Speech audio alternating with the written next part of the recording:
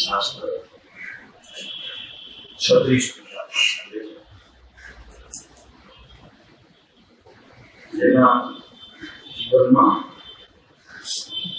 આત્મસિદ્ધિ યથાર્થપણે સમજવામાં આવી રહી છે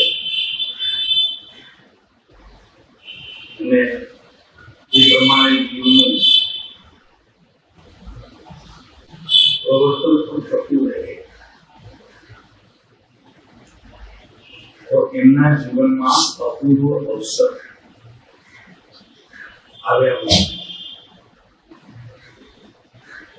પૂર્વ અવસરની 21 કડીઓ એ આત્મસિદ્ધિની 142 કડીઓનું સોપાન છે.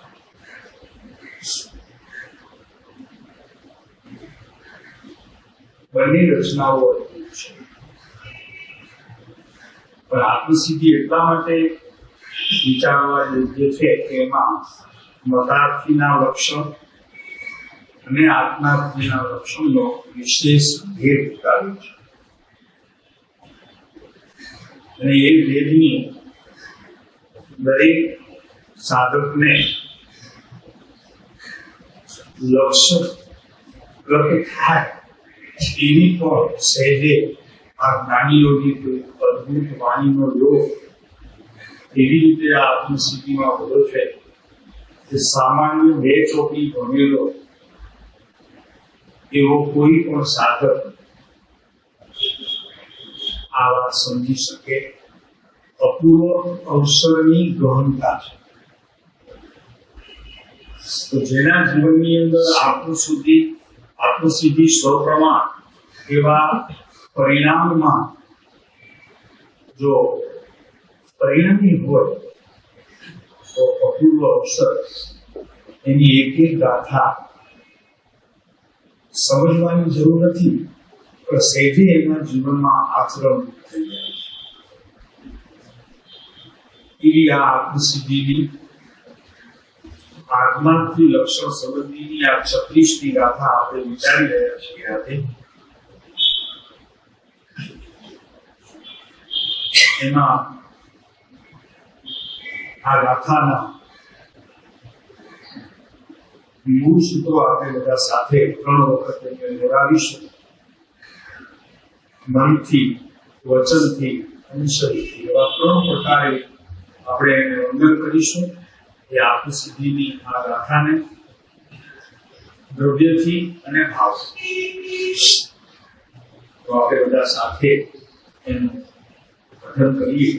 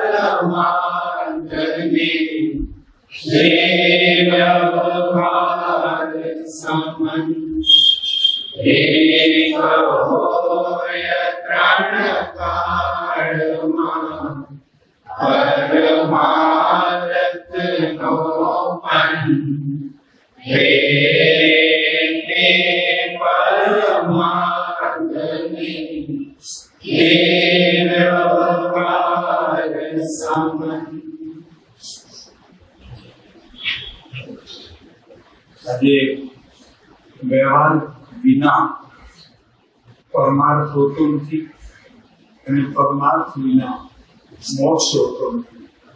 આ વાત સામાન્યપણે બહુ પ્રચલિત છે. અહીં આ ગાથામાં પ્રભાનુદેવે એક સંકેત આપ્યો છે કે વ્યવહાર કરો, પણ કેવા પ્રકારનો વ્યવહાર, કયો વ્યવહાર?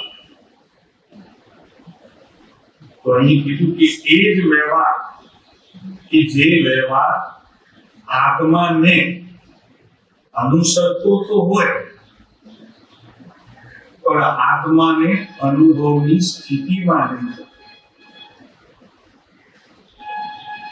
સામાયિક પ્રતિક્રમણ, પોષક, ચૈતવર્ણન, અગરતપના ભેદો કે જાપના ભેદો, ત્રીજી અનેક પ્રકારની ક્રિયાના ભેદો જો અભેદમાં ન રહી જાય અને માત્ર જો ભેદ જ રહી જાય તો આપણને સહેજે ખ્યાલ આવવો જોઈએ કે જ્યાં સુધી અભેદનું આત્મ તત્વ આપણને આભાસ રૂપ પર થતું નથી. અનુભવની વાત તો આગળ છે. તો આટલી ક્રિયા કર્યા છતાં પણ જો જીવનમાં શાંતિનો અનુભવ હોય, આનંદ આવતો ન હોય, વિકલ્પ તૂટતા ન હોય, આકુલતા જતી ન રહી હોય, તો એવા પ્રકારના વ્યવહારને અહીં કૃપાળુદેવે એવો વ્યવહાર કર્યો છે, ઉપચરી અસદભૂત વ્યવહાર, જેને અહીં દ્રવ્ય સંગ્રહની ગાથામાં નૈમિચંદ સિદ્ધાંત ચક્રવર્તીએ વ્યવહારના 4 ભેદ કર્યા. આપણને શાસ્ત્ર એટલા માટે સમજવું જરૂરી છે, નહીંતર તો જ્ઞાની પુરુષની ભક્તિ, તેમનો સમાગમ વગેરે કારણો આપણને આત્માર્થમાં ચોક્કસ મદદરૂપ થાય. પણ આ એટલા માટે જાણવું જરૂરી છે કે જ્યારે એ વ્યવહાર પર સત્પુરુષો પોતે અસદભૂત વ્યવહારને, અગર તો સદભૂત વ્યવહારને ઉપચાર કહેતા હોય, ત્યારે આપણે એ પુરુષનો આશ્રય કેવી રીતે ગ્રહણ કરવું જોઈએ, કઈ અપેક્ષાથી ગ્રહણ કરવું જોઈએ, એનો પાઠ આપણને જરૂર લક્ષમાં હોવો જોઈએ. નહીંતર એ રાગની પ્રવૃત્તિ રાગમાં રહી જાય છે અને દેહ સંબંધીની કરેલી ક્રિયા એનું ફળ ફરી પાછું દેહમાં મળે છે. એવી ક્યાં ચૂક ન રહી જાય એટલા માટે આ શાસ્ત્રની વાત વચ્ચે કરવી પડે છે. કેમ કે આપણે બધા મુક્તિના અભિલાષી છીએ. ભાઈ, તમારો 1 કલાક એટલો કિંમતી છે. 1 કલાક જવામાં, 1 કલાક આવવામાં. આ જ્ઞાનીઓને ખબર છે કે અત્યારે મુંબઈ શહેરની અંદર 1 કલાક તો શું, 1 મિનિટની કોઈને ફુરસત નથી.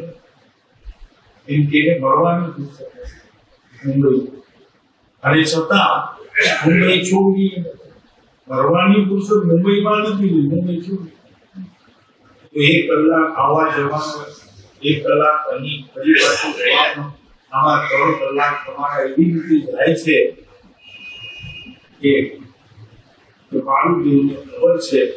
માટે આ 142 ગાથાઓની આ મમતાની ધારા જીવનની અંદર એવી રીતે અને એવી જગ્યાએ સ્થાન પામવી જોઈએ કે જેથી કરીને હવે સંસારનો એક કણ માત્ર પણ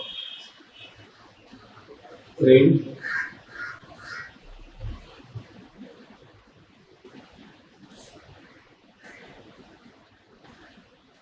આ દૃષ્ટિ ગાથાની અંદર પ્રત્યક્ષ અને પરોક્ષના ભેદ બતાવી અને વ્યવહાર લક્ષી જ્ઞાન પણ કરાવ્યું અને પરમાર્થ લક્ષી પણ જ્ઞાન કરાવ્યું.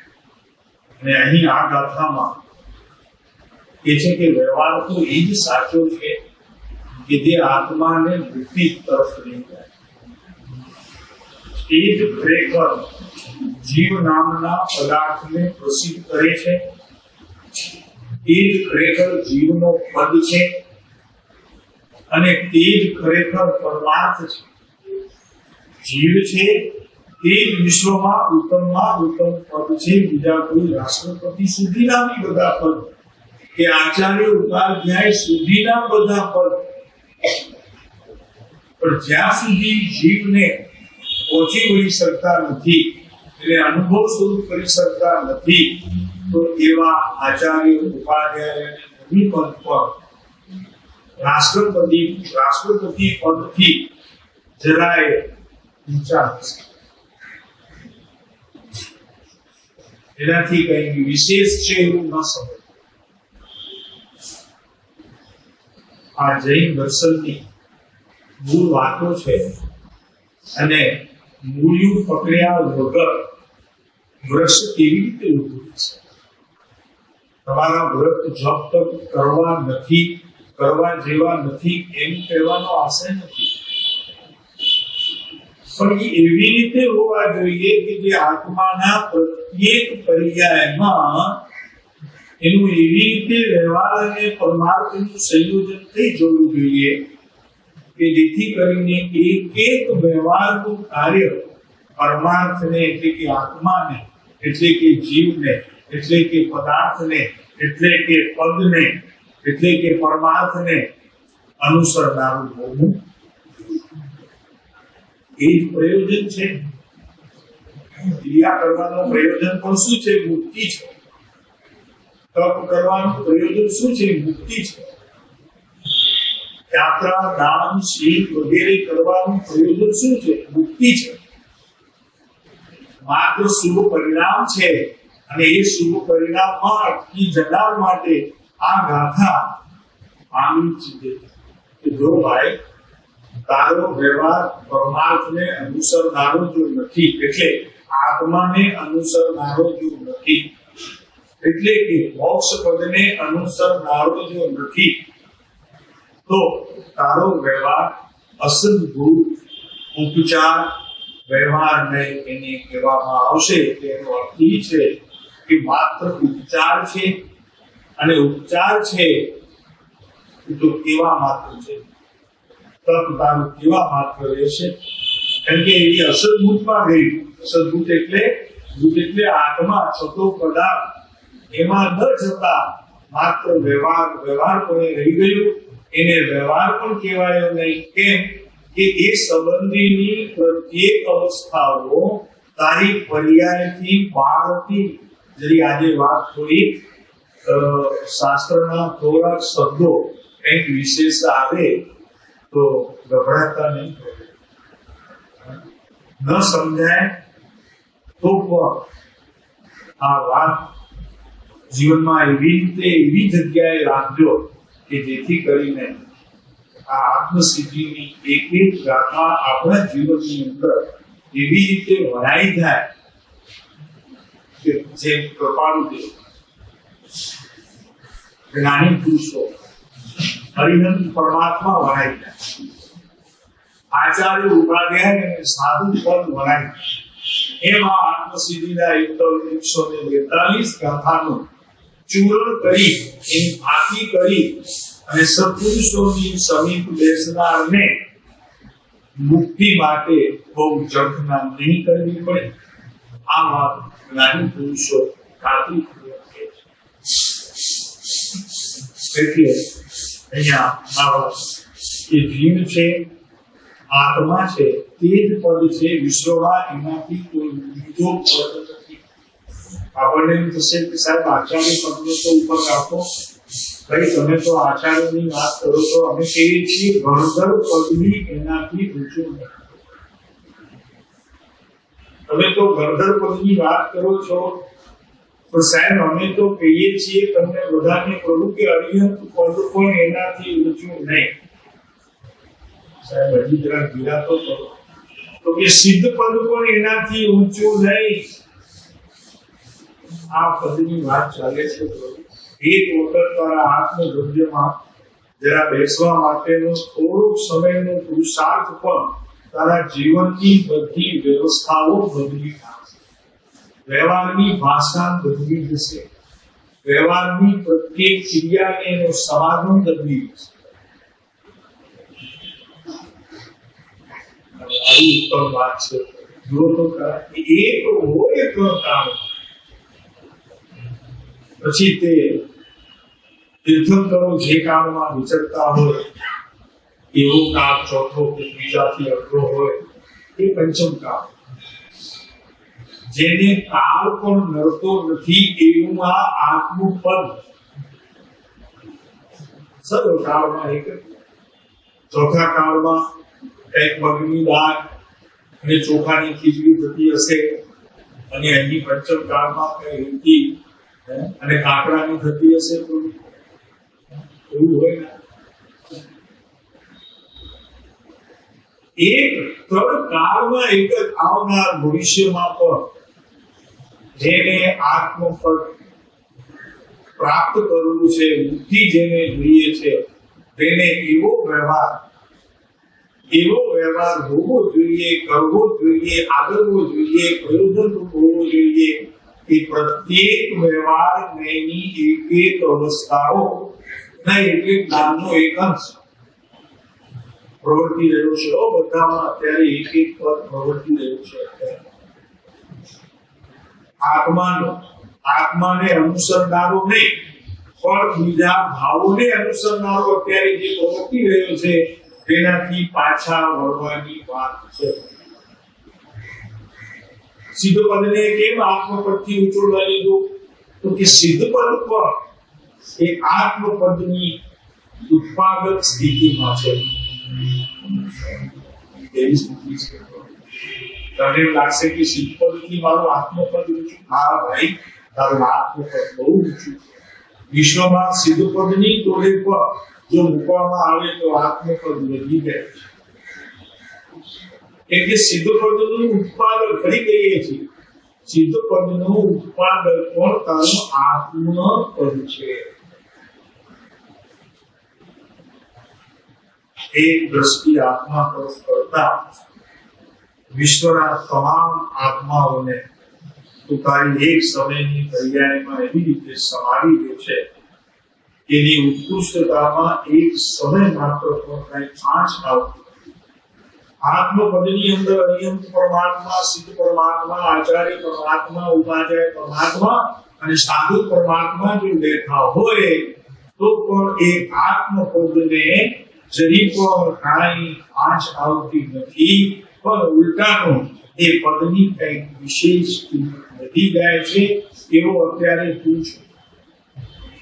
એ આત્મપદની પ્રાપ્તિ માટેની પ્રત્યેક પર્યાય તારી વર્તમાન અત્યારે પરિણમરૂપ થઈ રહી છે. માત્ર લક્ષ્ય નથી બંધાતો, ઉપયોગ બહાર જાય છે. રાગમાં, દ્વેષમાં, ક્રોધમાં, માનમાં એમ જાય છે. શુભાશુભમાં વળી જાય છે. દયામાં, દાનમાં, અહિંસામાં વગેરે. એટલે અહીંયા ફરી કહેવામાં આવે છે કે વ્યવહારની અંદર પણ થોડીક વાત કરીએ આપણે કે કયો વ્યવહાર સમજ કરવો જોઈએ? તો કે જે વ્યવહાર પરમાત્મા પ્રત્યેની પ્રેમ અને ભક્તિથી અનુસરનારો હોય. માત્ર શબ્દો બોલી અને પૂજામાં માત્ર અંગ સ્પર્શ એટલે અંગુલીનું સ્પર્શ કરીને કહેવાતું પૂજન એને પૂજન કહેવામાં આવતું. પદથી બોલાતું શબ્દો દ્વારાનું કોઈ પણ ઉચ્ચાર એ ભગવાન આત્મા સુધી પહોંચતું. પણ ભગવાન પ્રત્યેની આંતરિક ભક્તિનું એક અંશ માત્ર પણ ભગવાનને સમર્પિત થઈ જાય છે, ગુરુને સમર્પિત થઈ જાય છે, હરિભક્ત પરમાત્માને સમર્પિત થઈ જાય છે. અને ત્યાંથી જે કંઈ પછી તારા આત્મામાં વાલ આવે છે એની જાત જુદી થઈ જાય છે. માટે પરમાત્મા પ્રત્યે પ્રેમ અને ભક્તિ એ પહેલો વ્યવહાર આદરવા યોગ્ય છે. સૌથી પ્રથમ કે જેનું મુખ આત્મ છે, જેનું મુખ આત્મપદ છે, જેનું મુખ મોક્ષ પદ છે, જેનું મુખ સિદ્ધ પદ છે, એવી પરમાત્મા પ્રત્યેની ભક્તિ અને પ્રેમ. ભક્તિ હોય ને પ્રેમ ન હોય તો એને ભક્તિ પણ કહેવાય. કેમ કે ભક્તિ માત્ર જો હોય તો એ ભક્તિમાં તો સ્વાર્થની ગંધ છે, પણ એની સાથે જો પ્રેમ છે પરમાત્મા પ્રત્યેનો, ગુરુ પ્રત્યેનો, તો એ પ્રેમને લીધે સ્વાર્થ ત્યાં ઉભો રહેતો નથી. માત્ર ત્યાં એક જ સમર્પણ ભાવની ઉત્પાદક સ્થિતિ છે. પ્રેમમાં સમર્પણ ભાવ છે, ફના થઈ જવાનો ભાવ છે, મટી જવાનો ભાવ છે, પોતાનું અસ્તિત્વ ચૂકી જવાનો ભાવ છે. માત્ર ભક્તિ એક લઈને પ્રેમ સહિત ભક્તિ.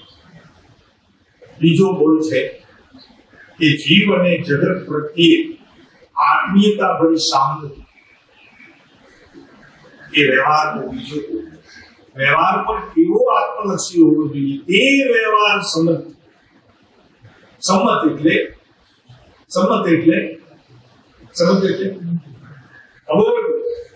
ભૂલેનો ભૂલા, આંધળી, લૂલી, વાંધી, લંગડી, કબૂલ, પછી ભૂલા એની વિધિમાં કરો. એમ અહીં પહેલા નક્કી કરે છે કે તારો આત્મા રાગવાનો, તારો આત્મા મનુષ્ય ભરાયવાનો, તારો આત્મા ધનવાળો, તારો આત્મા છોકરા વાળો, તારો આત્મા કરોડોની સંપત્તિ વાળો. કબૂલ? કબૂલ ના. એવો આત્મા કબૂલ. એ વ્યવહાર સમજ. પછી કેસે તો કે અહીંયા વાક્ય છે કે જીવ અને જગત પ્રત્યે આત્મીયતા ભરી સામૂહિક. જ્યાં કોઈ પણ ચેતન આત્મા તરફ દ્રષ્ટિ કરે તો અંદરમાં એમ થઈ જવું જોઈએ કે પ્રભુ દ્વેષના કારણો એ જ સમયે નાશ પામે. આત્મીયતા ભરી દ્રષ્ટિ પડતા એ જીવ આપણને નજીક આવે. એ ચેતના તત્વ છે, આપણું પણ ચેતના તત્વ. એ ચેતના સાથે ટકરાય છે ત્યારે બહુ આનંદ આવે છે. જળ સાથે ચેતના ટકરાય છે ત્યારે બહુ દુઃખ. અને એવું તો દુઃખ અત્યારે દરેક સંસારના આત્માઓ ભોગવી રહ્યા છે કે ચેતનાની સાથે જળનો ટકરાવ દુઃખનું કારણ છે. પણ એક ચેતના બીજા ચેતનાની સાથે એટલે કે એક જીવ બીજા જીવની સાથે એટલે કે એક મનુષ્ય બીજા મનુષ્યની સાથે જ્યારે પણ ટકરાય છે ત્યારે આત્મીય ભરી દ્રષ્ટિમાં જેવું અમૃત જરે છે, જેવું સુધા જરે છે, એ અમૃત અને સુધા કહો કે એને જરૂર કહો, જે કઈ કહો તે તમને આત્મા બની. એટલી એમાં સુગંધ પણ હોય છે અને એટલી એમાં મીઠાશ કરડું હોય છે. મુમુક્ષુ વિશેની આત્મીય ભરી દ્રષ્ટિ સૌથી પહેલા કેળવવાની જરૂર છે. બીજો નથી તો કૃપાળુદેવ જીવનમાં નથી. આખરી વાત કરીએ તો, અને જરી સહેલી વાત કરીએ તો એમ કહેવાય કે બધું છે પણ તારા પ્રભુ તારાથી વિસાઈને રહ્યા જાય એવી તારી સ્થિતિ થાય એનાથી પહેલા આ સહાનુભૂતિ અને આત્મીય ભરી દ્રષ્ટિનો તું લાયક થઈ જાય. એને તું લાયક. કેમ કે એક વ્યવહાર છે અને એ જ વ્યવહારને અહીં મંજૂર કરવામાં જો વ્યવહાર પણ નથી એમ જો પેટો કાઢી નાખવામાં આવે તો શાસ્ત્રની અંદર એની ખૂબ વિધિપૂર્વક રચના કરવામાં આવી છે. એટલે સુધી કીધું છે કે જો વ્યવહાર આત્મ સંબંધીને અનુસરનારો ન હોય તો તીર્થનો નાશ પણ થાય છે. કયા તીર્થ? આત્મ તીર્થનો અને એની સાથે બીજા તીર્થોનો પણ નાશ થઈ જાય એવી વાત પણ શાસ્ત્રોની અંદર કહેવામાં. આપણે વ્યવહાર કઈ નહીં, આપણે લાઈફની વાતો કરી તો કોની વાત કરી? નાયક શું કરે છે? એક નાયક શું કરે છે એની વાત તને તારો વ્યવહાર સાચો હશે, આત્મીય ભરી સહાનુભૂતિ તરફ તારું લક્ષ્ય હશે, દ્રષ્ટિ તે એની સાધ્ય કરી દીધી હશે, તો જ તારા નાયકની પ્રત્યેક વિધિ તરફ તારી નજર હશે. નહીં તો ક્યાં હશે? નાયક ક્યાં પડ્યો રહેશે? તું ક્યાં વ્યવહાર સંમત મંજૂર એ વ્યવહાર. તો અહીંયા કે છે કે જીવ અને જગત પ્રત્યે, જીવ પહેલો પોતા અને જગતમાં રહેલા એવા ચૈતન્ય આત્મા. જગત એટલે બીજું કોઈ નહીં. જગત એટલે તારા સગા સ્નેહી સંબંધીઓ નહીં, કુટુંબીઓ નહીં, મિત્ર સ્વજન પરિવાર નહીં. જગત એટલે ધન નહીં, જગત એટલે તારી જગ્યા નહીં, 4 રૂમનો ફ્લેટ તારો નહીં, એ જગતમાં નથી. એ તો જળમાં છે, માટી છે, ધૂળ છે, એ જગતમાં નથી.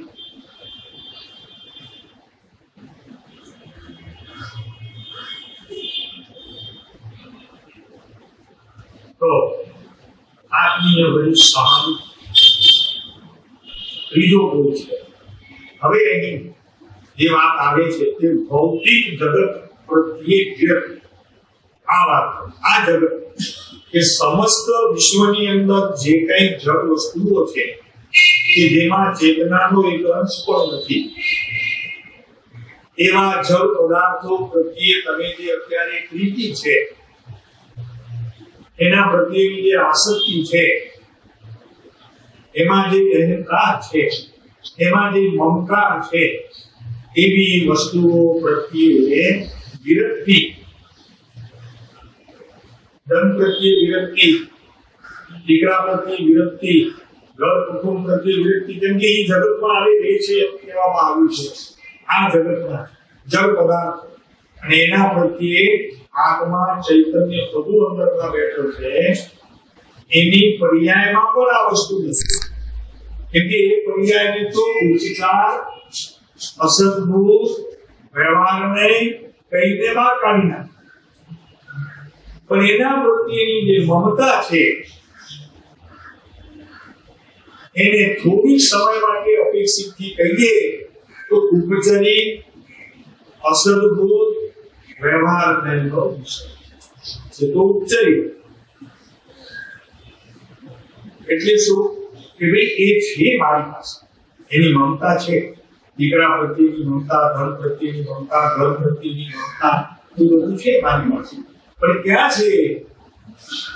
તો કે તારી વિભાવની પ્રત્યેક પર્યાયમાં એનો વાસ છે. માટે એ પર્યાયનો તું સ્વામી છો, તારો નાયક એનો સ્વામી છે. એટલે અહીં એને ઉપચાર કીધો, ઓલાને અનુપચાર કીધો, અહીંયા એને ઉપચાર, અહીંયા અનુપચાર કીધો, ઓલાને ઉપચાર કીધો, અહીંયા અનુપચાર. એટલે છે તારી પાસે મમતા છે, તો જ્યાં સુધી એ મમતા છે ત્યાં સુધી તારો વ્યવહાર પણ વ્યવહાર કહેવામાં આવતો નથી. તારા તપ, જપ, ઉપદાન, વર્ષિત, માસ ક્ષમા, અઠ્ઠાઈઓ, પછી એવું શું કહેવાય, 16 ભક્તા, થાય ખતા, ભક્તાવાળો થાય ખતા, આત્મલક્ષી નથી.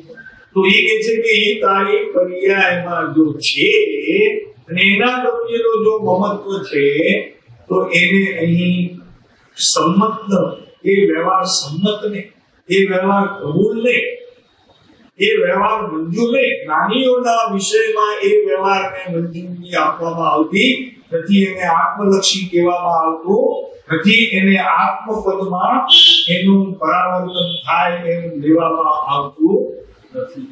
સમજવાનું કે કયો વ્યવહાર સમજ? તો ભૌતિક જગત પ્રત્યે આસક્તિ તોડવાની, બધાથી છૂટવાનું છે.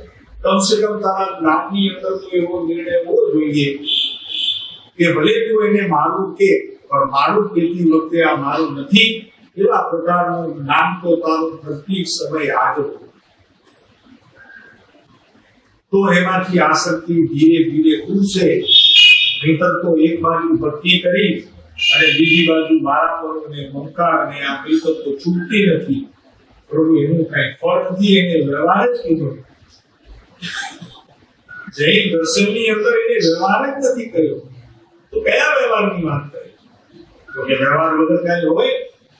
વ્યવહાર વગર કઈ આત્મા મળતો હશે, પણ કયો વ્યવહાર? ચોથો બોલ છે દેહ અને મનના ક્ષણિક પર્યાયોથી પર અને પોતાના અવિનાશી શાશ્વત સ્વરૂપ અનુસંધાન. આ વ્યવહારને સંમતિ આપી છે. એ વ્યવહારને જ્ઞાનીઓએ પરમિશન આપી કે આવો જો તારો વ્યવહાર હોય તો એ વ્યવહારમાં તારા નાયક તરફની દ્રષ્ટિનું અનુસંધાન એક સમયે તને આવીને મળશે અને તું સમ્યક દર્શન જેવી અમૂલ્ય મૂડીને પ્રાપ્ત કરીશ કે જે અનંત કાળમાં નથી થઈ. એવી તારી આ આત્મિક મૂડી તારી પાસે હોવા છતાં તું એક સમય પણ એનો ભોગી નથી, એને ભોગવતો નથી. પડી છે બેંકમાં ફિક્સ ડિપોઝિટ પડી 20 લાખ, અને ઘરના છોકરા કે બાપા ગાડી લઈ આપો ને 3-4 લાખ, તો એને ગાડી વાળી બાપા 20 લાખ ક્યાં પડ્યા છે સેફ ડિપોઝિટમાં, તમારી એટલી પડી છે એમ બતાવી દો. એના જેવું છે કે આ આત્મિક પદાર્થ સમ્યક દર્શન રૂપી ધન તારી પાસે પડ્યું હોવા છતાં એનો વપરાશ તો લોભ નહીં. એ લોભમાં નહીં જાય, લોભ કસાયમાં ગયો ને, લોભ કસાયમાં સમજાય પછી એ લોભ કસાયમાં તો બીજો તો બધો લોભ કસાય છોડી દીધો છે ને, સારું થઈ ગયું છે, વિરક્તિ થઈ ગઈ છે, સર્વ પ્રકારની વિરક્તિ લઈ લીધી છે. પણ હજી આ વિરક્તિ આત્મજ્ઞાન સમ્યક દર્શનની પર્યાય એ લોભ કસાયનો હજી ત્યાં વિજય થયો નથી. એ બાદ આવી એમાં લોભ કસાય પ્રવર્તે છે, બધું છોડી દીધું, સર્વ વિરક્તિના પચકામાં લઈ લીધા છે, ગુણી થઈ ગયો છે. પણ હજી સમ્યક દર્શનની પર્યાય પ્રગટ કરવામાં હજી લોભ કસાય ત્યાં ઠીક છે. આટલું બધાને સહેલું લાગે છે તો, અને અત્યારે તો ધર્મના નામે એટલા બધા ખુશ છીએ આપણે તો કે જુઓ તો ખરા અત્યારે કેટલું બધું પ્રવર્તે છે, કેટલી ધર્મની પ્રભાવનાઓ થઈ રહી છે, કેટલી યાત્રાઓ, કેટલા સંઘ નીકળે છે, કેટલા સત્સંગ થાય છે. આજે જ્યાં જુઓ ત્યાં રવિવાર છે તો કેટલી સભાઓ હશે સત્સંગ, કોઈ હોલ ખાલી ન હોય, કેટલી સત્સંગની સભાઓ હોય. તો પ્રભુ એ સતને જે રંગ લગાડે એનું નામ છે સત્સંગ. અને એ અત્યારે અહીં કોઈ પરમ કૃપાળુના પરમ સાહિત્યમાં આપણે બધા એને આ ગાથા દ્વારા માણી રહ્યા છીએ. હવે આ વ્યવહારની વાત કરી, 4 ગુણ. હવે જરી પરમાર્થની વાત કરીએ, કેમ કે ગાથાની અંદર પ્રેરે તે પરમાર્થ છે. તો જરી પરમાર્થમાં શું શું હોય છે, એટલે કે શું હોવું જોઈએ. આ વ્યવહાર 4 પ્રકારનો આ રીતે. તો હવે પરમાર્થ કેવો હોવો જોઈએ? મારે એવી કઈ પ્રવૃત્તિ કરવી જોઈએ કે જેથી કરીને હું આ સંસારમાં આ સમ્યક દર્શન રૂપી હજી લોક કસાય ઉપર વિજય પ્રાપ્ત નથી થયો, એનો વિજય પ્રાપ્ત કરીને હું આ સમ્યક દર્શન રૂપી ધનને પ્રાપ્ત કરું, અને જેથી આ સંસારમાં મને અંત આવે, આત્માના આનંદની અને સુખની મને મોજો મળે, એમાં રમવાની નિત્ય પ્રત્યે એમાં રમવાની કોઈ અવસર મને આવે કે જે અનંત કાળમાં નથી આવ્યો. સાચું સુખ મળે, શાંતિ મળે, ક્ષમતા મળે, એવી વસ્તુ પરમાર્થ. તો કે પરમાર્થની અંદર એકલો આત્મા જ ઉપાધિ હોય છે. બાકી જે કઈ પોતાના પરિણમનના જ્ઞાનની વિશેષ પર્યાય હોય છે એ તો કાંક દેહ હોય છે અને કાંક છોડવાય. એક જ આત્મા ત્યાં ઉપાદેય પડ્યો હોય છે અને એ આત્માના ઉપાદેયમાં દેવગુરુ શાસ્ત્રો તે સમાઈ જાય છે એનો સમાવેશ છે હોય જ છે પહેલા જ આવીને બેસી ગયા છે આત્માના ઉપાદેયમાં સત્પુરુષ દેવગુરુ શાસ્ત્ર અનંત તીર્થંકરો અનંત સિદ્ધો એ બધા જ્યાં કોઈ આત્માનું ચિંતન કરે છે એ પ્રત્યેક સારી આત્માની પરિણમતી અવસ્થાઓમાં દેવગુરુ શાસ્ત્રો તો ત્યાં બેઠા છે અનંત જ્ઞાનીઓ ત્યાં છે અનંત સિદ્ધો છે અનંત તીર્થંકરો ત્યાં છે એને લાવવા પડતા નથી એના સંબંધીનો વિકલ્પ કરવો પડતો નથી સામાયિક કરનારને કરેલી બધી સામાયિક સાવધૂતો પછીખામી બોલવું પડે અહીંયા જરૂર તો અહીં કે છે કે એક આત્મા ઉપાદેય છે તેને અહીં પરમાર્થ સંમત કહેવામાં આવે છે અને એ પ્રેરે એટલે આત્માને એ તરફ લઈ જાય પરમાર્થ તરફ લઈ જાય એવું એક આત્મપદ છે પોતે જ પોતાને લઈ જાય એને કોઈ બીજો ન લઈ જાય પર્યાય પણ એને લઈ ન જાય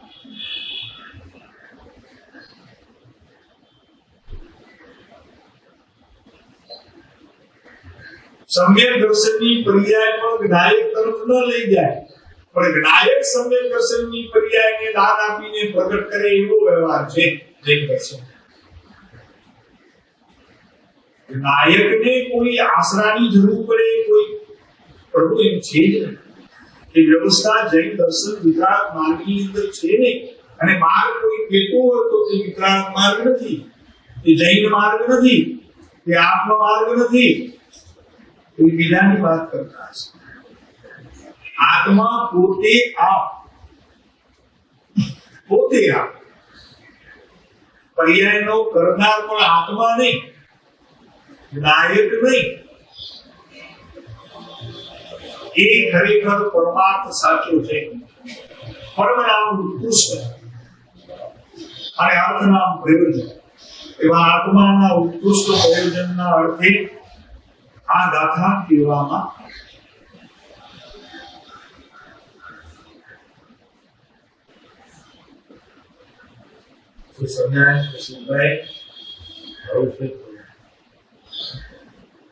આત્મસિદ્ધિ છે એક ગાથાની અંદર કૃપાળુ દેવે આત્માના ભાવ પણ જ્યારે લખાય ત્યારે એ પુરુષની દશા કેવી હશે તે વિચારતા આપણને આ આત્મસિદ્ધિ ઉપર અનેરો પ્રેમ આવે છે અને પ્રભુ આપણે શું લખ્યું 1 કલાક અને 20 મિનિટ લાગી છે એ છે પણ 1 કલાક 20 મિનિટ નથી લાગી પણ આત્માની શાહીમાં એક કલમ બોળાય છે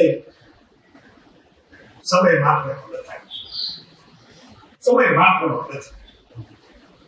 એ લખાય છે વ્યવહાર એટલો રજૂ કરવો છે એટલે કેવું છે આની નહીતર તો કહીએ છીએ લખાય નથી લખાઈ શકાય આ લખી શકાય એવું છે જ નહીં સમજો આપણે તો બોલતા થાકી જઈએ અડધી હમણાં બોલીએ ને થાકી જઈએ પછી અને કા કેસેટમાં બોલાવીએ કેસેટ દ્વારા એ ચાલુ રહે આપણે કામ ચાલુ રહે આપણે થાકી જઈએ કેસેટ બોલ્યા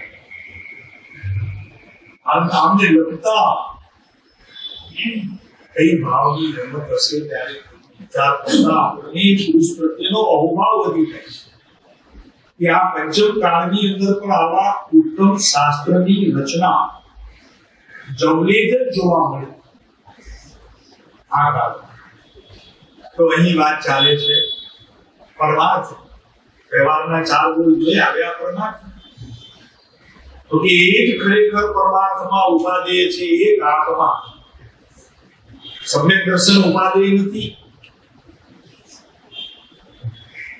સમ્યક દર્શન તો ઉપાદેયનું જ્ઞેય છે જ્ઞાયકનું જ્ઞેય છે જ્ઞાનનું જ્ઞેય છે અદ્ભુત વાત છે જો સમજાશે તો બહુ આનંદનો વિષય થશે શું વિજયભાઈ ભારતનો વિષય છે આ તો વાત એવી અટપટી છે કે આમાં કઈ ખટપટ જ નથી. ખટપટ આપણે કરીએ છીએ વ્યવહારને અનુલક્ષીને કરો તો પ્રત્યેક માલ વિના વ્યવહારને અનુલક્ષીને થતી આત્માની ક્રિયાનો માલ વિના જેમાં કાંઈ ન મળે અને છતાં એને અસદ ગુરુના કોઈ ભેટા દ્વારા એને માર્ગ આપવામાં આવે ત્યારે અંતરમાં દુઃખ થાય થયું કે આવો મનુષ્ય ભાવ જીવો પાસેથી લૂંટી લેવાનો આપણે કઈ અધિકાર છે? સાચી વાત કરો પ્રભુ. પ્રેક્ષક મળે કે ન મળે એવા શું ફરક પડે? જાણે થિયેટર તો છે નટ હોય ને એને થિયેટરમાં પ્રેક્ષક ન મળે તો એની મોટામાં મોટી હાર છે. પણ વક્તાને જો પ્રેક્ષક ન મળે ને તો સામે બુક રાખી ઢબી ઉપર અને બોધ આપી એટલે સત્સંગ સ્વાધ્યાય પોતાનું કરવું, બીજાને સંભળાવવા માટે નથી, સમજાવવા માટે નથી કરવું. પોતે સમજે પછી કે છે બીજા સમજો તો ઠીક છે. દરેક નું ભવિતવ્ય. કોઈ ઊંઘતું હોય તેને ઊંઘવા દેવાનું. હવે તું એ કહેવાનું થોડું દીધું કે ઊંઘો ભાઈ વાંધો ઊંઘ આવતી હોય તો ઊંઘો, પણ ખ્યાલ રાખજો એનાથી જે બંધ પડશે ગાનાવલી આદિ મનુષ્ય પર્યાય તો શું પ્રભુ નિગોદના ભવ સુધીની યાત્રા શરૂ થઈ છે. અક્ષરના આનંદમાં ભાગમાં જ્ઞાન રહેશે. દુઃખ અને દુઃખ અત્યારે તો દુઃખ વિકલ્પથી છે, આકુરતાથી છે. બોલું તો આખું કર્મ ફળ ચેતનામાં દુઃખી એનું ફળ જ દુઃખ છે. પ્રશ્ન છે ભાઈ, આ વિતરાગ ભાગ છે એને માત્ર શ્રવણ કરનારે પણ પુણ્યના ભેગલા થતા. શ્રવણ કરનાર યથોક્ત વિધિ એટલે પ્રમાદ રહિત, એટલે 15 પ્રકારના પ્રમાદ રહિત. 4 પ્રકારના પ્રસાયન, 4 પ્રકારની વિકથાઓ, 5 ઇન્દ્રિયોના વિષયો, 1 સ્નેહ અને 1 નિંદ્રા. આ 15 પ્રકારના પ્રમાદથી જે વિતરાગ માર્ગનું શ્રવણ કરે છે એને પણ પુણ્ય રાશિના બદલા એટલું તો પુણ્ય ઉત્પન્ન કરે. જો આગે કહીએ તો એને 10 વર્ષથી તકનો લાભ મળે. કેટલા આ શરૂ કર્યું છે થોડું કારણ કે જરા કે વાત આવી છે તો સાહેબ કઈ કેદારો થોડું જીવોને ખબર પડે. 4 માસ કમરનો લાભ અને 20 વર્ષી તકનો લાભ મળે. આ 15 પ્રકારે પ્રમાદ રહિત થઈને વિતરાગ વાણીનું શ્રવણ કરે છે. 4 ધામની 4 યાત્રાનો લાભ મળે અને સમય શિખર વગેરે યાત્રા કરે તો 8 યાત્રાનો લાભ મળે. જે આવે તે બોલી લો, કઈ ખબર નથી એ તો આવે લાભ બતાવો છે ને. એક શિષ્યને પ્રશ્ન થયો છે ગુરુ પાસે તો કે મારે સુખી થવું છે તો સુખની ચાવી તો તમારી પાસે છે, તો મને બતાવો જરા કે મને સુખ કેવી રીતે મળે. અને ગુરુ પાસે ચાવી હતી નહીં, થઈ ગયા કોઈ કે બનાવી દીધું ને આલી પડેલી વાત ગુરુ સ્વીકાર કરી દીધું ને પછી કેવું જરા કચરો પડતું ને આવતા શિષ્ય તમારે જમેલો થતો. પછી બીજો આવે બધા સુખને માગે, શાંતિને માગે તો કે હમણાં નહીં, અમારી એની પાત્રતા નથી એમ બધાને કે. એમાં એક દિવસ ગાડો આવે બેઠો કે મને સુખ જોઈએ. ઓલાને અલ્પમ મળતમ બે ચાર ગુંજીને કાગળ ચીઠી આપી. શોધે એમ થઈ ગયું કે મારા બેટા ગજબ છે, આ ગુરુએ આમ કેમ કહે? આપણે આટલા વર્ષો નજીક રહીએ છીએ અને આપણને સુખ માટે કાંઈ આપ્યું નહીં ને આને આપી દીધું. એક શિષ્ય જરા પાકો હતો, એકાંતમાં મળ્યો. ગુરુએ કીધું કે જો ભાઈ આ તમને ન આપવાનું કારણ એ છે કે તમે હમણાં સુખનું તમને કઈ વાત કરું અને તમને મળે નહીં તો જરા મારો ભીડ પણ દેખાય. બીજાને ના આપો, ત્રીજાને ના આપો, મારું હિના પણ તૂટી જાય ને એક દિવસ એવું જાય કે શિષ્ય હિના થઈ જાય. અને આને તો પોતે અત્યારે ગાતો વર્તમાનમાં, એટલે એની એ ચિંતા નહીં. અને એને બીજા બહુ સુખ માગ્યું છે તો મેં આપી દીધું, બીજા બહુમાં આપે ક્યાં નહીં, પછી કોણ કોની તપાસ કરે. એટલે એને બીજા બહુનું સુખ આપ્યું, આ બહુમાં નહીં, આ બહુમાં તો ગાંઠોડ હતું, એને કઈ સવાલ જ નથી. કઈક આવું તો આપણા જીવનની અંદર આવતું હોય તો પ્રભુ જાગવા જેવું છે. અરે પ્રભુ શાંતિ તને અહીંયા મળે, તું ભગવાન પાસે જાય, શ્રીમંદર ભગવાન પાસે ત્યાં બેસે અને તને શાંતિ મળે, એવું ક્યાં છે? કેમ કે શાંતિ તો તારી પાસે છે. એ ભગવાન પાસે શાંતિ જે છે એ તને મળવાની નથી, જે કરવા. શ્રીમંદર ભગવાન અત્યારે આ બેઠા છે ને, આપણા મોટું ખુલાઈને આમ હસતા હસતા એક બેન આવ્યા, મને કે મુનિ આવ્યા અને કે મારી કાલ મોકલવાની, તમને આગળ અને એક સાધુ આવ્યા, નીચે પાછળ ભગવાનને બીજે જોયું કે મને ભેટવાનું મન થાય છે. બીજી તમને ન મળે, અગવાય ન મળે. તમારે ભેટવું હોય તો તમને પોતાને ભેટો ન પકડી, કે આનંદ આવશે. અને ગાલ પકડવા હોય તો આત્માના પકડો ને, તો કે આત્માને ગાલ હોય તો હોય ને બે ગાલ, એક વ્યવહારની એક પરમાત્મા પકડી બંને.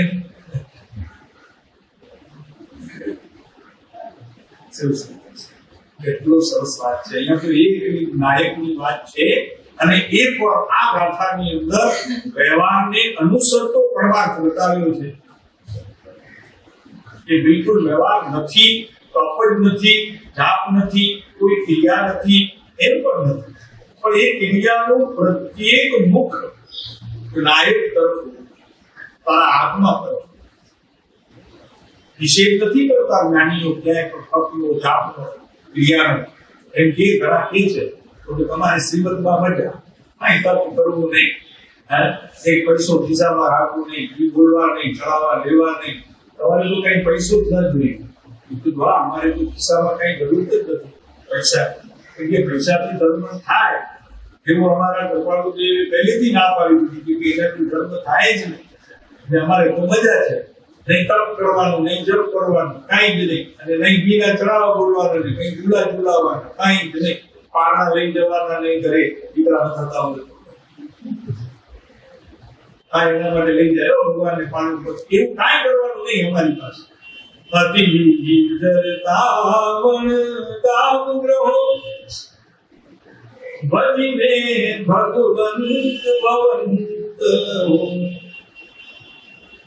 આત્માના કર્મો નિદ્રા, આત્મા ઉપર લાગેલી કર્મ રજૂની નિદ્રાનું કાર્ય પૈસાથી થતું નથી, ધનથી થતું નથી. કેમ કે ધન તે જળ છે ને તું ચેતન છો, એટલે આત્મા ચેતન છે. બે પદાર્થ જુદા છે. માટલો કઈ થાય તો કે સાહેબ તમને ખબર નથી પાણી પીએ છે, માટલું પાણી પીએ તો કે હા સાહેબ માટલું પાણી પીએ તો કે ક્યારે જોયું તમને તો કે સાહેબ તમે નાખ્યું એ પેલા ગયું નથી, પણ તું માળમાં રહ્યું છે, હજી એ માટીના એક એક કણમાં રહ્યું છે. જરા ખોલો, હમણાં બહાર ફેંકી દેજો. જ્યાં 4 કલાક થયા તો તું માટલાએ માટી ફેંકવા બહાર થઈ ગયું ભીનું, તો તું જો હવે હાથ લગાડું કે હા સાહેબ ફેંકી દીધું. બરાબર મેં કીધું ન મળે, એક પદાર્થ બીજા પદાર્થને રાખે નહીં. આ આત્મા દેહને રાખે નહીં, એ આત્મા ધનને રાખે નહીં, દીકરા દીકરી જમાઈને રાખે નહીં, દુકાન ઘરને ફેક્ટરીઓને રાખે નહીં. તું રાખે તો રાખે દુઃખી થવા માટે, આની આત્મા કઈ રાખતો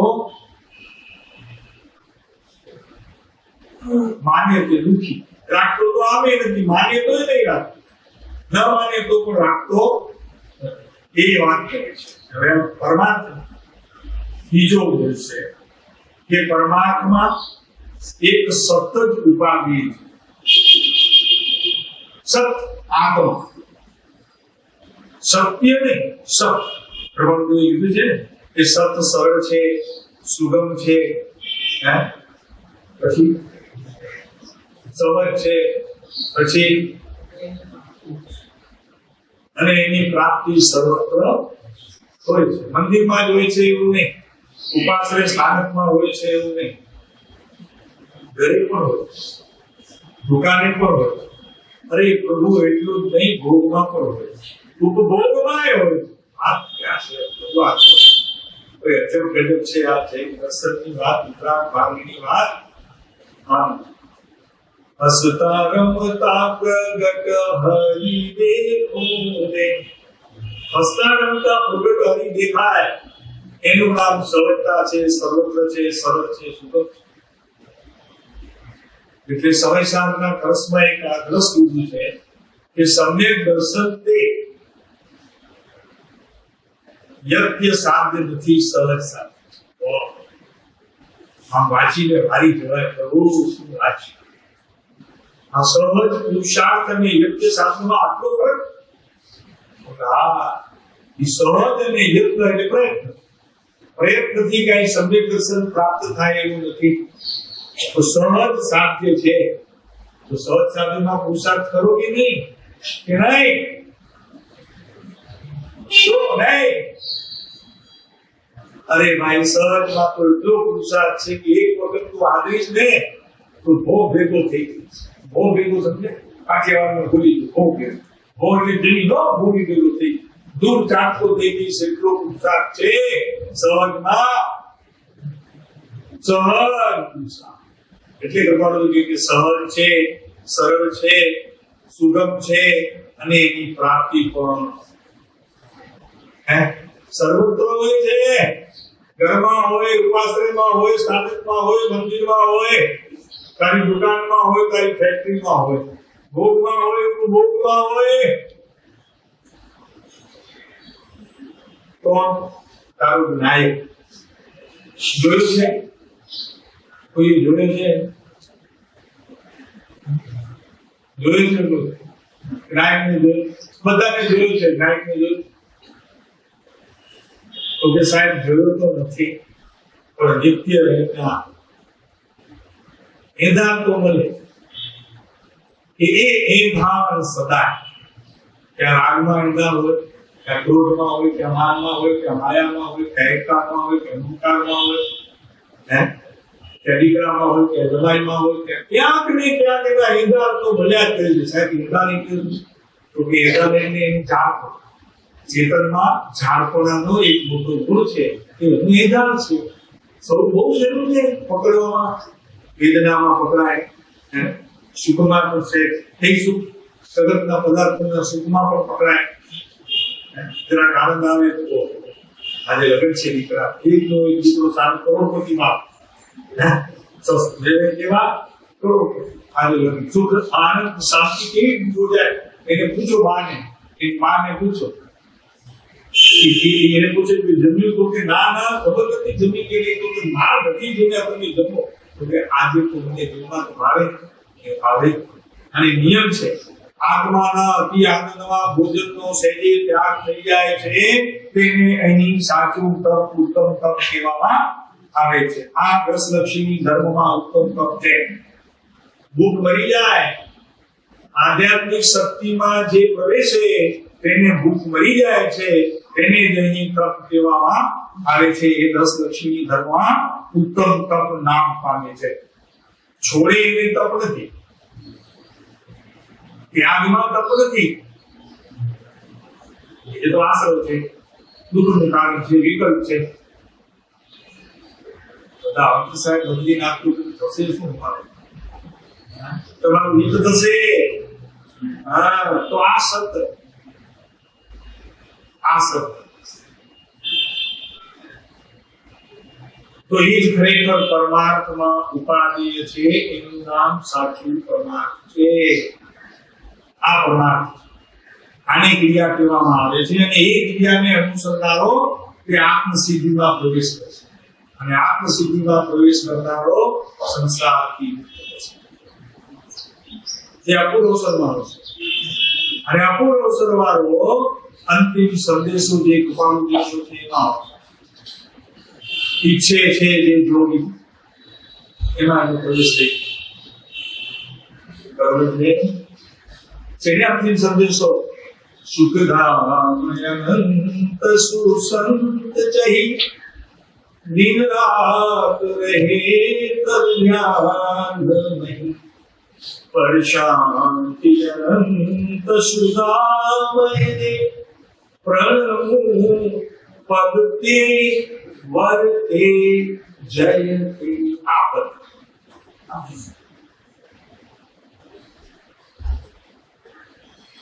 આત્મપદ છોપદ ગયા ને આપણી સુધીના ચોપદ એમાં આપદ ઉત્તમ આત્મપદ જ્ઞાન જ પરમાર્થ છે, સત્ય પરમાર્થ છે, એક ઉપાધિ છે. જ્ઞાન જ એકનું જ્ઞાન, કેમ કે આત્મા છે એમાં અનંત ગુણો છે, એમાં જ્ઞાન ગુણની મુખ્યતા છે. દરેક ગુણની અંદર જ્ઞાન ગુણ હોય હોય હોય હોય હોય અને હોય, બીજા ગુણ હોય એની સાથે જ્ઞાન ગુણ હોય, પણ જ્ઞાન ગુણ હોય ત્યાં બીજા ગુણ કદાચ ઓછા વધુ પણ હોય, પણ જ્ઞાન ગુણ તો સંપૂર્ણપણે વિકાસરૂપ હોય, અધૂરું પણ ન હોય. એટલે પરિપૂર્ણ આત્માની સત્તા છે. આત્મા કહો, જ્ઞાન કહો એક જ, જ્ઞાયક કહો એક જ, સત્ય કહો એક જ. તો જ્ઞાનનું પ્રત્યેક પરિણમન તે પરમાર્થ છે. પછી એ રાગને અનુસરનારો હોય તો પણ તે પરમાર્થ છે.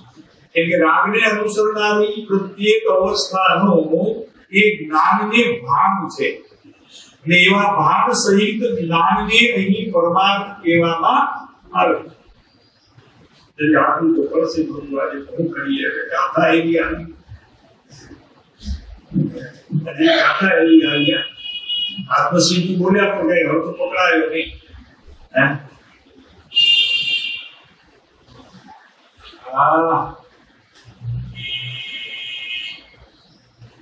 શબ્દાર્થ નથી હો, માત્ર એમાં તો માન ભર્યો છે. આભાર મોક્ષાર્થ છે, મોક્ષનું સુખ ભર્યું કર્યું છે એ ગાથા. અંતિમ સંદેશા કૃપાળુજી સુધી જો પહોંચવું હોય, અપૂર્વ અવસરને પ્રાપ્ત કરવું હોય તો આત્મ સુધીની પ્રત્યેક ગાથાને આખી કરી અને પી જવા જેવું છે. મજા મજા છે.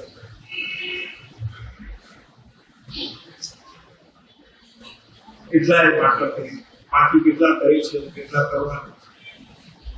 અમને તો લાગે છે કે બધા જ કરતા હશે, કોઈ જ બાકી નથી, બધા બાકી કરતા હશે.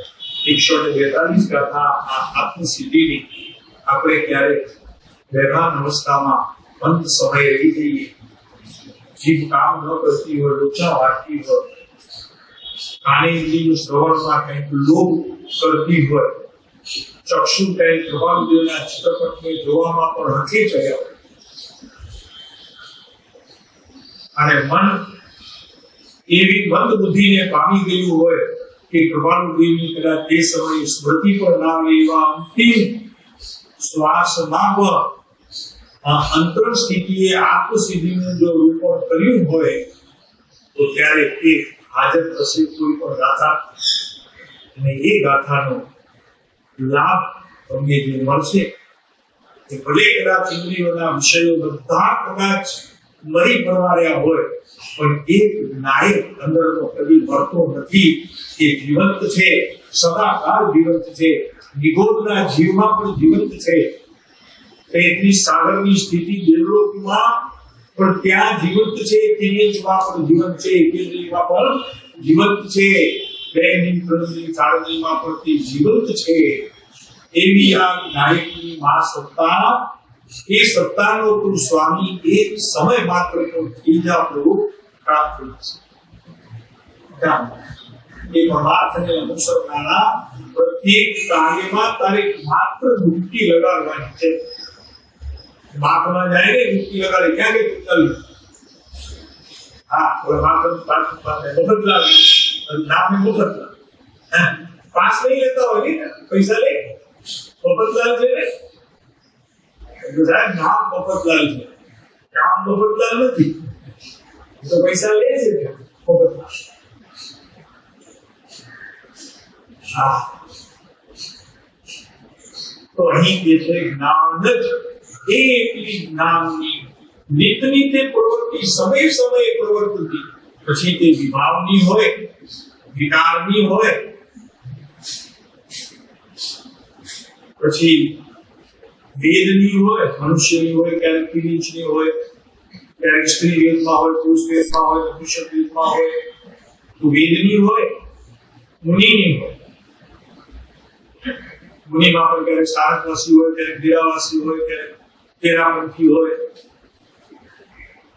પણ જ્ઞાનની પર્યાય તો છે ને, પણ એ તો શુદ્ધ છે. એને તો કોઈ આ વિકારી અવસ્થાઓ સ્પર્શ પણ કરતી નથી.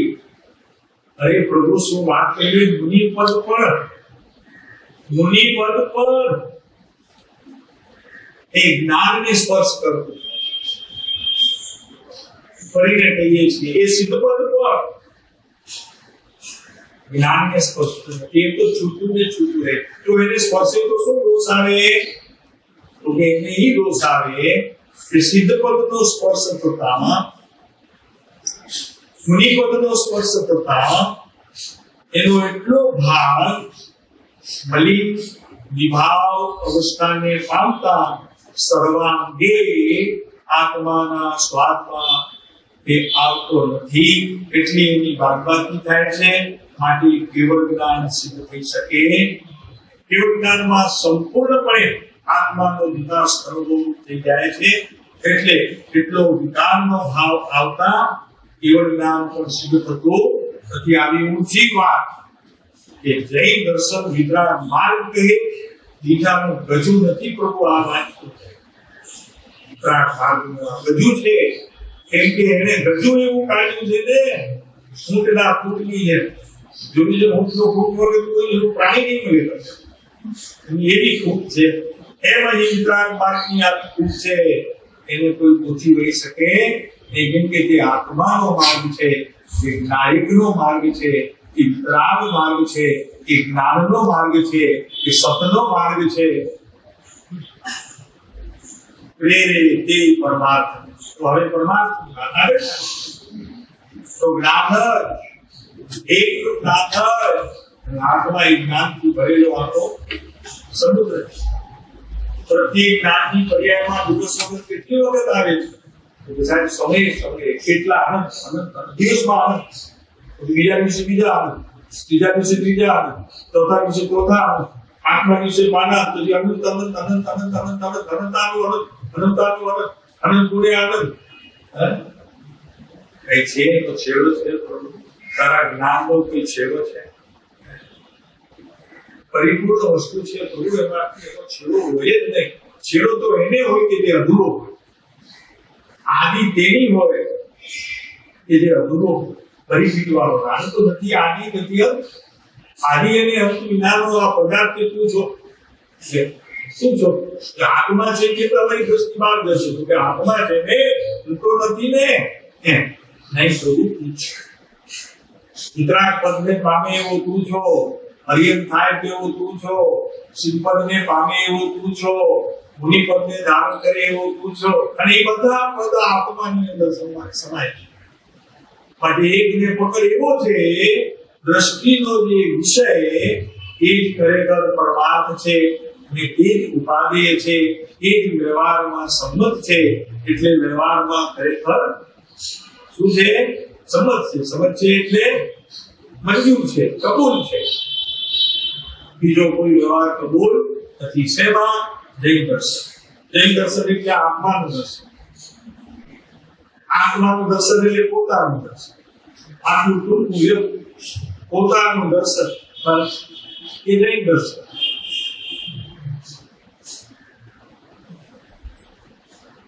અને શાસ્ત્રોમાં પણ કહેવામાં આવ્યું છે. અને સામે એક ગુજરાતી રહે છે, પોતરી છે, જેમના ત્યાં એ છે દુબઈ, એ આવી જૈન દર્શનનું ગણું છે. જૈન દર્શન તો અમારી પાસે આવીને બેસી ત્યાં તો એનું નામ આવ્યું થોડું.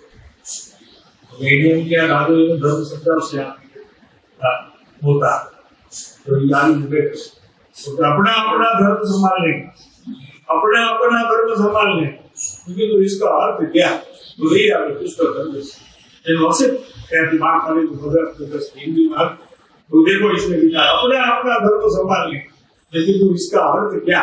तो इसका अर्थ ये जो धर्म जो पूर्व में अपने धर्म मिला है उपाय में कहो इधर उधर करने के लिए मर गया, तो कौन मर गया? तो दादी मर गई, दादा मर गया, नानी मर गई, नाना मर गया और कल हम सब मर जाएंगे। ये बात अगर ऐसी समझेंगे तो समझना समझने पड़े क्या लिखते हैं, समझना करो तो इसके बाद में डिजिटल આ વ્યવહાર સાચો, બીજો બધો વ્યવહાર કેવા માત્ર. તો અહીંયા દ્રષ્ટિ હવે આવે છે ચોથા મૂળમાં દ્રષ્ટિ અને સમય થાય છે પૂરો. હવે આ દ્રષ્ટિનો વિષય આપણે આવતા જોઈશું કે આ ગાથા જે શા માટે સમજવાની છે કે એક ગાથા જો સમજાઈ જાય તો ઘણા બધા જ્ઞાનના, દર્શનના, ચારિત્રના વિશેષ જે અવરોધો વચમાં આવે છે સાધકને એટલા બધા ચોખા થતા જાય કે જે સબ સરાત્મક પદ એટલે નાયક પદ પર વિશેષ કરીને પોતે આરૂઢ એના ઉપર પોતે બેસી જાય અને પછી જે પંથ કપાય એ પંથ મોક્ષ. એટલે એને અહીં આ ગાથામાં એક વાત કરી છે કે મોક્ષ પંથ છે માર્ગ જે છે એ એક જ છે, બે ક્રિયાથી પણ મોક્ષ થાય અને જ્ઞાનથી પણ મોક્ષ થાય એવું બે માર્ગનો વાત નથી. એમ અહીંયા તીર્થંકરના કહેવાનો માર્ગ તો એક જ છે. ત્યારે સદાકાળ ત્રણેય કાળમાં, અત્યારે વર્તમાન, ભવિષ્યમાં જે આવશે તે કાળ અને ભૂતકાળમાં હોઈ ગયા તે કાળ. કળદેવનો એક બહુ સરસ વચન છે કે મહાવીર જે ભાવેથી મોક્ષે ગયા. ભાવી શબ્દ છે માટે જે વાટે, મહાવીર જે વાટેથી ગયા. પછી હજી બીજા બે મહાવીર જે વાટેથી ગયા. હા, મહાવીર જે વાટેથી કર્યા છે તે વાટેથી શ્રી કૃષ્ણ કરશે અને જે વાટેથી શ્રી કૃષ્ણ કરશે તે વાટેથી શ્રી મહાવીર કર્યા છે. એ વાત ગમે ત્યાં બેઠા, ગમે તે કાળે, ગમે તે શ્રેણીમાં, ગમે તે યોગમાં જ્યારે પમાશે ત્યારે તે પવિત્ર, શાશ્વત અને સત્પદના અતિન્દ્રિય સુખના અનુભવથી બીજો કોઈ માર્ગ નથી.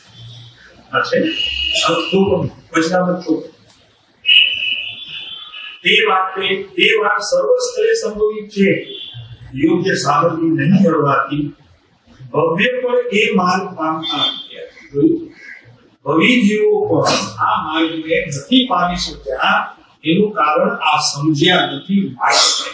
કર્યું નથી માટે એમ નહીં, કર્યું તો ઘણું છે, સમજ્યા કર્યું તો એમ નિયમમાં કેટલું કર્યું છે, કર્યું છે એનાથી અત્યારે એમ નહીં, સમજ્યા નથી એનાથી. એટલે તો આત્મસિદ્ધિમાં પહેલી ગાથા કે દેહ સ્વરૂપ સમજ્યા વિના પામ્યો દુઃખ. કર્મથી પામ્યો, નિમિત્તથી પામ્યો, સંયોગથી પામ્યો એમ નહીં. એ ચોખ્ખું આત્મસિદ્ધિમાં એ માર્ગ પામતા અટક્યા છે તથા અટકશે અને અટક્યા. જેટલા પણ અટક્યા હતા તે બધા આ ન સમજ્યા માટે અટક્યા છે. માટે સમજ્યા તે સમાઈ ગયા છે અને સમાઈ ગયા એને કહેવાય કે જે સમજ્યા.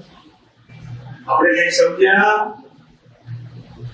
સમજ્યા એમાં આમાં સમજ્યા કે નહીં, કે જે નથી પામ્યા તે સમજ્યા નથી માટે નથી સમાયા, અને સમાયા કેમ નથી તો કે સમજ્યા નથી, તો કે સમજ્યા કેમ નથી તો કે સમાયા નથી. માટે આ કઈ સમજ્યા તમે? આ તો સમજાય એવી વાત છે કે ભાઈ આ સમજાય, તો પછી હવે સમજાવવાની વાત છે એટલે સમાવવાની વાત છે એ ધીરે ધીરે સમજાશે. પણ આ તો સમજાય ગયું કે જે જીવો નથી હજી સમાયા તે સમજ્યા નથી માટે સમાયા. હવે અમે સમાશું ક્યારે?